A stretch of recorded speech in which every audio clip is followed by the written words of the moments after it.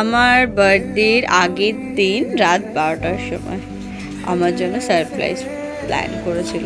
আমি জানতাম ও কিছু না কিছু প্ল্যান করছে। আমার মানে আনন্দ তোমরা দেখেই বুঝতে পারছো আমি এতটা খুশি হয়েছি, মানে ভীষণ ভীষণ। আর আমার এই ছোট ছোট আনন্দগুলোই ভীষণ ভালো লাগে, মানে বলে বোঝাতে পারবো না তোমাদেরকে। I am very happy. And তার সাথে সাথে আমার মনে হয় সবাইকে এরকম মানে ছোটোখাটো আনন্দ রাখা উচিত বা থাকা উচিত। আর মানে আমি কি বলবো, আমার কাছে কোনো ভাষা খুঁজে পাচ্ছি না। আমার দুই মা, আমরা ভীষণ খুশি। আর এইভাবেই যাতে আমরা সারা জীবন থাকতে পারি।